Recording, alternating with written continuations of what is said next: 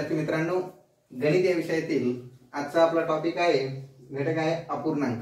Okay, आपण अपूर्णांक हा टॉपिक सुरू करण्या अगोदर काही महत्त्वाचे तुम्हाला पूर्वज्ञान म्हणजेच जे की आपण अगोदर शिकलो आहोत त्या घटकाची थोडीशी पूर्व माहिती देतोय की आपण या अगोदर वर्ग आणि वर्गमूळ, लसावी व मसावी, त्यानंतर संख्याज्ञान असे जे की जे महत्त्वाचे टॉपिक आपण अगोदर कंप्लीट केले त्या टॉपिकवर तुम्ही बरेचसे जे सराव एक्झाम्पल आहेत किंवा जे सराव टेस्ट आहेत त्या तुम्ही पूर्ण कंप्लीट केले असतील अशी अपेक्षा करतो.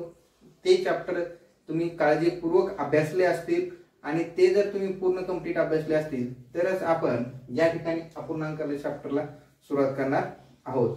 जरी तुम्ही जर ते कंप्लीट केले नसतील तर हा चॅप्टर अभ्यासणं झाल्याच्या नंतर अगोदर ते चॅप्टर कंप्लीट करा, त्यानंतरच या चॅप्टरकडे या, कारण की ते मोस्टली इम्पॉर्टंट आहेत. जे बेसिक हे स्टेप बाय स्टेप देण्याचं कारण ते असतं की तुम्हाला अगोदर लहान संख्येकडून मोठ्या संख्येकडे जाण्याचा जो चार्ट असतो, चढता क्रम असतो, म्हणजे छोट्या छोट्या गोष्टीकडून म्हणजे सामान्य घटकाकडून असामान्य घटकाकडे आपण जात असतो. म्हणजे तुम्हाला जर सुरुवातीच्या जर बेसिक गोष्टी जर बेसिक चॅप्टर जर क्लिअर नसतील तर पुढील चॅप्टर खूप अवघड जातात डायरेक्टली सोडवण्यासाठी. त्यामुळं या ठिकाणी आता अपूर्णांक चॅप्टरची आपण सुरुवात करणार आहोत. तर अपूर्णांक चॅप्टर म्हणजे काय लक्षात ठेवा. या ठिकाणी अपूर्णांक म्हणजेच त्याच्या नावामध्येच त्याची व्याख्या दिलेली आहे. ओके, असा अंक जो की पूर्ण नाहीये. ओके, तो अपूर्ण आहे. अपूर्ण म्हणजे काय बेटा? अर्धा. अपूर्ण म्हणजे काय? पूर्ण नसलेला. पूर्ण नसलेला.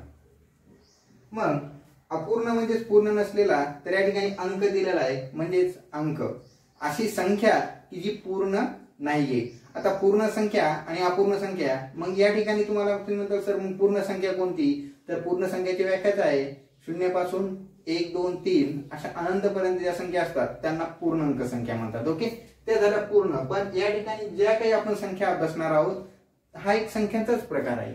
हा काय आहे? संख्यांचाच प्रकार आहे. आणि हा अपूर्णांक जे आहेत म्हणजे अपूर्णांक संख्या कशा प्रकारे असतात, त्या अपूर्णांक संख्यांचे प्रकार किती आहेत, अपूर्णांक संख्या कशा प्रकारे मानल्या जातात, कशा प्रकारे लिहिल्या जातात, त्याचं वाचन कशा प्रकारे केलं जातं ते आपण या चॅप्टर मध्ये कंप्लीट करणार आहोत. म्हणजेच या ठिकाणी अपूर्णांक संख्या, अपूर्णांकाची व्याख्या, अपूर्णांकाचे प्रकार, अपूर्णांक लिहिण्याची पद्धत हे आपण या ठिकाणी त्यावर आधारित एक्झाम्पल घेणार आहोत व त्याचे काही बेसिक रूल्स आहेत ते नियमही आपण अभ्यासणार आहोत. मग या ठिकाणी बघा, अपूर्णांक म्हणजेच पूर्ण नसलेला, म्हणजेच या ठिकाणी त्याची व्याख्या आपण पूर्ण नसलेला डायरेक्टली करू शकतो. अपूर्णांक. अपूर्णांकाचे दोन प्रकार आहेत. किती प्रकार आहेत? दोन प्रकार आहेत. अपूर्णांकाचे दोन प्रकार ते खूप महत्वाचे आहेत. ते दोन्ही प्रकार आपल्या अभ्यासक्रमामध्ये आपल्याला दिलेले आहेत. एक दशांश अपूर्णांक आणि एक व्यवहारी अपूर्णांक. ओके, एक दशांश अपूर्णांक आणि एक व्यवहारी अपूर्णांक. दशांश अपूर्णांक म्हणजेच त्या ठिकाणी आपल्याला त्यांच्या नावावरूनच समजेल की ऍक्च्युली दशांश अपूर्णांक त्याला का म्हणतात. दशांश अपूर्णांक. आणि दुसरा आहे व्यवहारी अपूर्णांक. बघा या ठिकाणी आता दशांश अपूर्णांक हा दशांश म्हणजे इंग्लिश मध्ये त्याला डेसिमल म्हटलं जातं. म्हणजे डेसिमल या ठिकाणी याचा डेसिमलचा उपयोग करून जी संख्या लिहिली जाते त्यालाच दशांश अपूर्णांक म्हणतात. दशांश अपूर्णांकाच्या छेदस्थानी नेहमी 10, 100, 1000 म्हणजे 10च्या घातात येणाऱ्या ज्या संख्या असतात त्या पटीत येणाऱ्या संख्या जर छेदात असतील तर त्या दशांश अपूर्णांकामध्ये त्याचं रूपांतर केलं जातं. मग त्यामध्ये त्याला दशांशचा उपयोग ज्या अपूर्णांकामध्ये केला जातो त्याला दशांश अपूर्णांक असे म्हणतात. आता व्यवहारी अपूर्णांक हे भागाकार या पद्धतीमध्ये लिहिले जातात. म्हणजेच छेद आणि अंश या दोन्ही घटकाचा उपयोग ज्या अपूर्णांकामध्ये केला जातो त्यास आपण व्यवहारी अपूर्णांक असे म्हणतो. आता व्यवहारी अपूर्णांक लिहिते वेळेस आपण जसं की 1/4 हा अपूर्णांक आहे. हा पूर्णांक आहे का मित्रांनो? नाहीये. याला पूर्ण अंक कधी होईल? हा ज्या वेळेस पूर्ण संख्या असेल त्यावेळेस.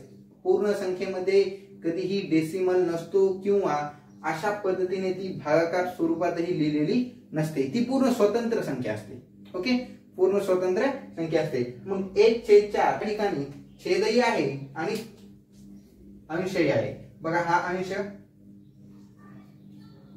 हा छेद, म्हणजे 1/4. म्हणजे या ठिकाणी आपल्याला या ठिकाणी अंश आणि छेद या दोन्ही घटकाचा उपयोग करून जी संख्या लिहिल्या जाते त्या संख्येला अपूर्णांक संख्या असे म्हणायला हरकत नाही. किंवा भागाकार स्वरूपात जे 2 अंक दिलेले असतात त्या अंकाला जर पूर्ण भाग जात नसेल, लक्षात ठेवा, पूर्ण भाग जात असेल तर नाही, पूर्ण भाग जात नसेल त्या संख्येस आपण व्यावहारिक अपूर्णांक असे म्हणतो.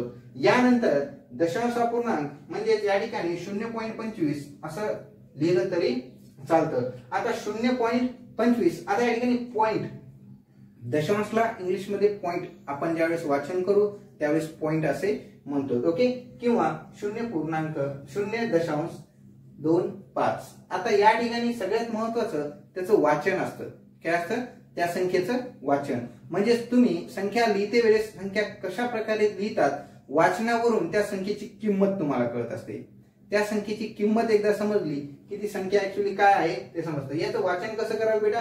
1/4, अपूर्णांकाचं वाचन 1/4, आणि या ठिकाणी दशांश पूर्णांकाचं वाचन 0.25. 2 स्वतंत्र म्हणतात आणि 5 स्वतंत्र म्हणतात. आता या ठिकाणी ऍक्च्युअली ही संख्या ह्या 2 अंकाला जर मिळून संख्या तयार झाली तर 25 होते. काय होत असते? 25. परंतु आपण 0.25 म्हणत नसतो. त्या ठिकाणी आपल्याला 0.25 म्हणजे ही पूर्ण संख्या नाहीच आहे. पूर्ण संख्या आहे कधी? नाहीये. म्हणून आपण त्या ठिकाणी 0.25 असं त्याचं वाचन करतो. ओके, 0.25, 1/4. अशा पद्धतीने आपण दशांश अपूर्णांक आणि व्यवहारी अपूर्णांक कशा पद्धतीने लिहिले जातात, त्यांना एकमेकांमध्ये त्यांचं स्थलांतर रूपांतर कशा प्रकारे केलं जातं हे आपण शिकणार आहोत. या ठिकाणी मी तुम्हाला दशांश अपूर्णांक आणि व्यवहारी अपूर्णांक यांची किंमत चेंज होत नाही हा नियम शिकवणार आहे. ओके, सर्वात अगोदर म्हणजे त्यांची व्हॅल्यू, अपूर्णांकांची व्हॅल्यू किंमत सारखीच असते दोन्ही अपूर्णांकाची. जर तुम्हाला अपूर्णांक दिलेला असेल तर त्याला आपण दशांश अपूर्णांकामध्ये कन्वर्ट करू शकतो. दशांश अपूर्णांक दिलेला असेल त्याला आपण व्यवहारी अपूर्णांकामध्ये कन्वर्ट करू शकतो. दोन्ही मध्ये जर लिहिलं तर त्याची किंमत चेंज होत नाही. लक्षात ठेवा, परीक्षेलाही नियम हा कधीही एक्झाम्पल तुम्हाला पडू शकतं की दशांश अपूर्णांकाची जर व्यवहारी अपूर्णांकामध्ये स्थलांतर केलं तर त्याची किंमत चेंज होते का, किंवा होत असते किंवा नाही, सत्य की असत्य विधान ओळखा. तर ते असत्य विधान होत नाही हे सत्य आहे. कारण की बघा या ठिकाणी 1/4 म्हणजेच आपण या ठिकाणी 4 ने, हेच एक्झाम्पल घेऊया, 4 ने 1 ला भागतो. म्हणजे छेदात असणाऱ्या संख्येने अंशात असणाऱ्या संख्येला भागल्याच्या नंतरच आपण या ठिकाणी आलेलं जे उत्तर असतं ते डेसिमल मध्ये कशा प्रकारे येतं ते पाहूया.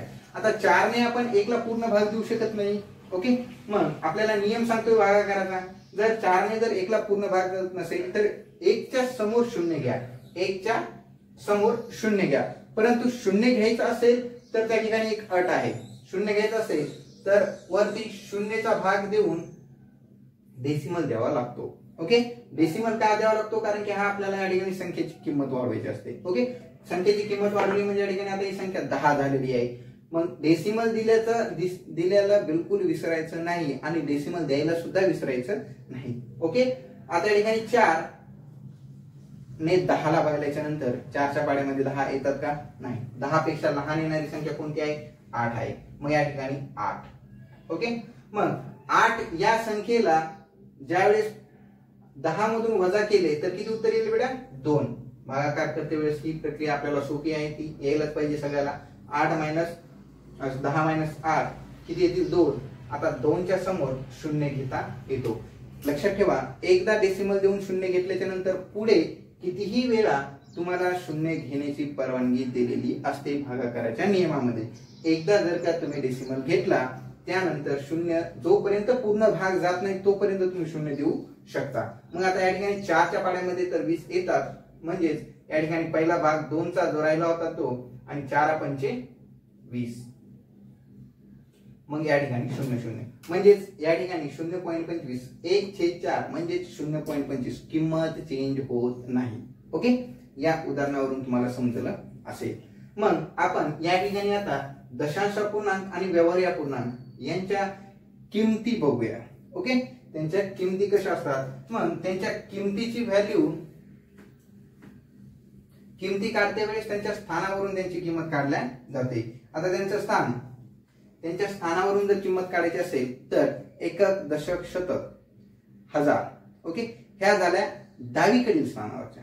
आणि उजवीकडील जे स्थान असतात डेसिमल दिल्याच्या नंतर उजवीकडे काही अंक लिहिलेले असतात आणि डावीकडील अंक असतात. मग डावीकडील जे अंक असतात ते पूर्णांक असतात. डावीकडे लिहिलेले अंक काय असतात, पूर्णांक. आणि डेसिमलच्या पुढील जे अंक दिलेले असतात ते अपूर्णांक असतात.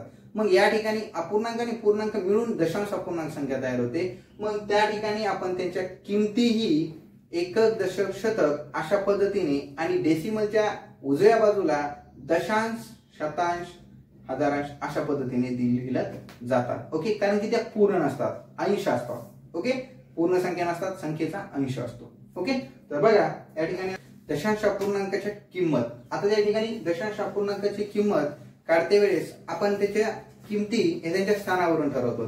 त्यांच्या आणि अंकाची कोणत्याही अंकांची किंमत ही त्याच्या स्थानावरून ठरवली जाते, एकक, दशक, शतक वरून. ओके, परंतु या ठिकाणी आता डेसिमल दिलेला असतो म्हणून काही स्थान वाढवलेले असतात. ओके, किंवा वाढीव स्थान आलेले असतात. ते स्थान कोणते ते बघा या ठिकाणी तुम्हाला त्या अगोदर 0.25 1.00 त्यानंतर 100.23 त्यानंतर 25.04.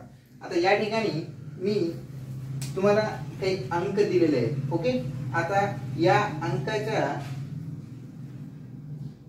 व्हॅल्यू ज्या वेळेस आपण काढू तर शून्याची व्हॅल्यू कुठे असती आणि कुठे नसती ते समजून घ्या. ओके, शून्याची किंमत आता या ठिकाणी 0.25 दिलेले आहे. ओके, 0.25 यावेळेस डेसिमलच्या डावीकडे ज्यावेळेस शून्य असतं त्यावेळेस त्या शून्याची किंमत नसते. ओके, त्या शून्याची किंमत नसते. 0.25 हे महत्वाचं, सॉरी 2.5 हे महत्वाचं असतं. ओके, म्हणजे शून्याच्या दशांशच्या डावीकडे जर शून्य असेल तर त्या शून्याला किंमत नसते.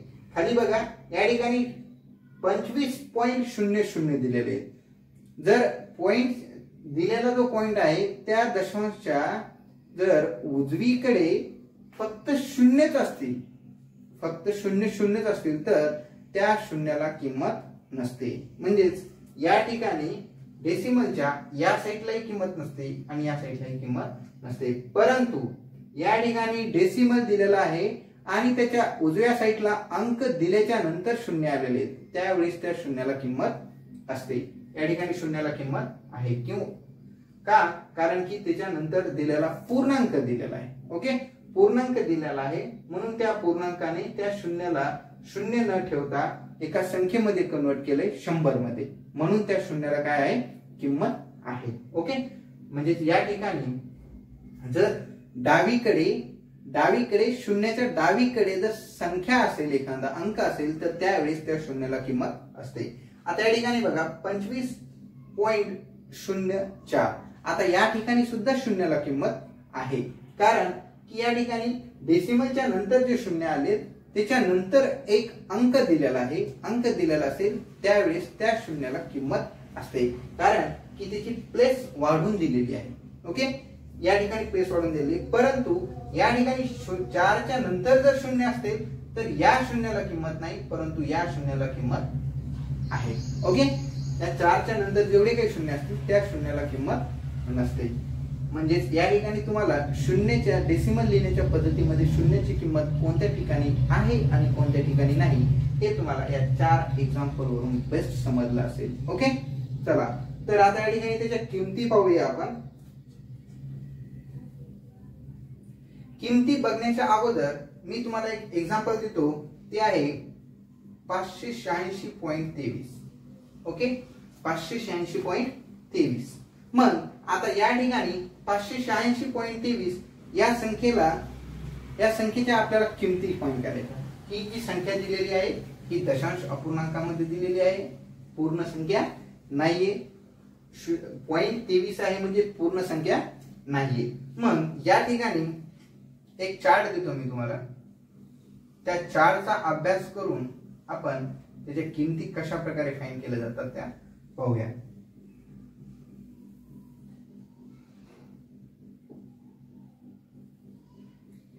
बघा या ठिकाणी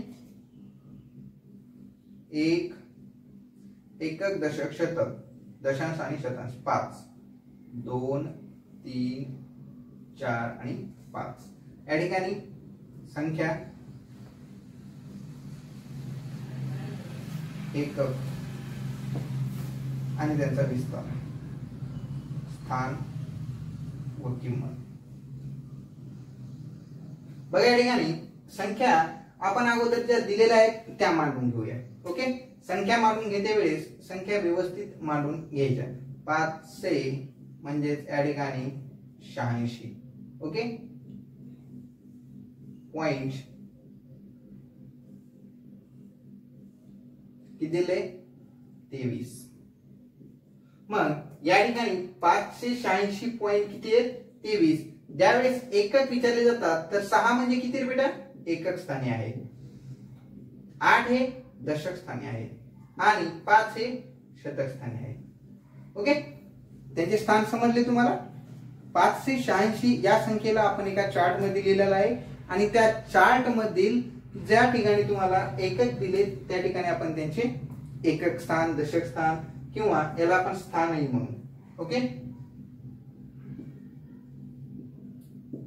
मग या ठिकाणी डेसिमलच्या नंतर ज्या वेळेस संख्या येतात त्यावेळेसच्या आतापर्यंत तुम्ही डेसिमल जर अभ्यासला नसेल तर पुढचे जे स्थान आहेत, प्लेस आहेत त्याही अभ्यासला नसतात.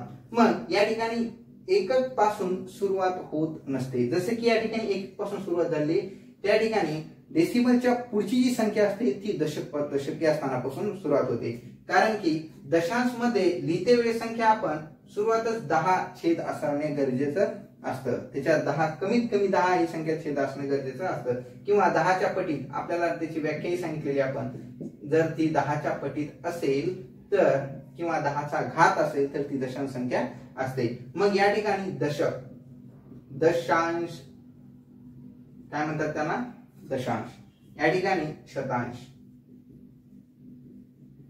काय असतं बेटा शतांश. ओके, मग दशांश आणि शतांश अशा पद्धतीची त्याची स्थान असतात आणि त्याच्या स्थानाची जी क्रिया असते ती ही बेसिकली त्यांची व्हॅल्यू कशा पद्धतीने काढता येईल त्या पद्धतीने दिलेली असते. बघा या ठिकाणी एककची व्हॅल्यू तुम्हाला काढता येते, जसे की आपण या ठिकाणी 6 गुणिले 1 एकक अशा पद्धतीने लिहू शकतो. जसे की याची किंमत किती येईल बेटा 6.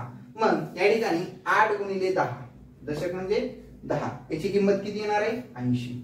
ओके, आणि 5 गुणिले शतक म्हणजे किती बेटा 100.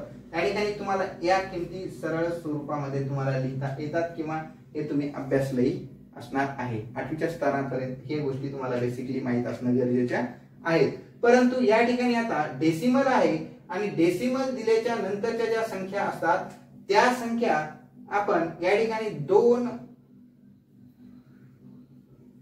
छेदामध्ये 10.0 म्हणजे या ठिकाणी तुम्हाला ती 2.10 अशा पद्धतीने संख्या लिहावी लागते. कशी रे बेटा 2/10 म्हणजे या ठिकाणी 3/100. ओके, एक्सपांडेड फॉर्म ज्यावेळेस आपण करू त्यावेळेस त्याला विस्तारित रूपात जर लिहायचा असेल तर या ठिकाणी आपण 500 अधिक 800 प्लस 6 आता यानंतर 2/10 प्लस 3/100 अशा पद्धतीने किंवा अशा स्वरूपात याचा विस्तार केला जातो. संख्येचा विस्तार केल्याच्या नंतर जे दशांश असतात, दशांशच्या नंतर येणारे अंक असतात ते अशा पद्धतीने लिहिले जातात किंवा त्यांच्या किमती अशा ठरवल्या जातात. म्हणजेच याची किंमत काय ठरवता येईल बेटा 10 ने 2 ला गुणणे म्हणजेच या ठिकाणी 0.2 100 ने 3 ला गुणणे म्हणजे 0.03. ज्या ठिकाणी संख्या दशांशच्या अगोदर जेवढ्या संख्या असतील तेवढे शून्य द्यायचे. या ठिकाणी दशांशच्या अगोदर एकही संख्या नाहीये म्हणून डायरेक्टली संख्येच्या अगोदर दशांश दिलेला आहे. या ठिकाणी 23 म्हणजे 3च्या अगोदर एक संख्या दिलेली आहे डेसिमलच्या म्हणून अगोदर एक शून्य घ्यायचा. किंवा एवढं लक्षात ठेवायचं 100 जर खाली छेदामध्ये असतील तर वरी 2 शून्य 2 संख्याच्या नंतर डेसिमल येणं गरजेचं आहे. 1000 जर असतील तर 3 शून्याच्या नंतर येणं गरजेचं आहे. 10 असतील तर एका संख्येच्या किंवा कारण की 10 मध्ये एक शून्य असतो. ओके, अशा पद्धतीने तुम्ही त्यांचे स्थान, त्या संख्या, त्यांचे स्थानिक किमती तुम्हाला काढता आल्या पाहिजे प्रत्येक संख्येच्या दशांश स्वरूपामध्ये संख्या लिहिल्या असतील तर. ओके.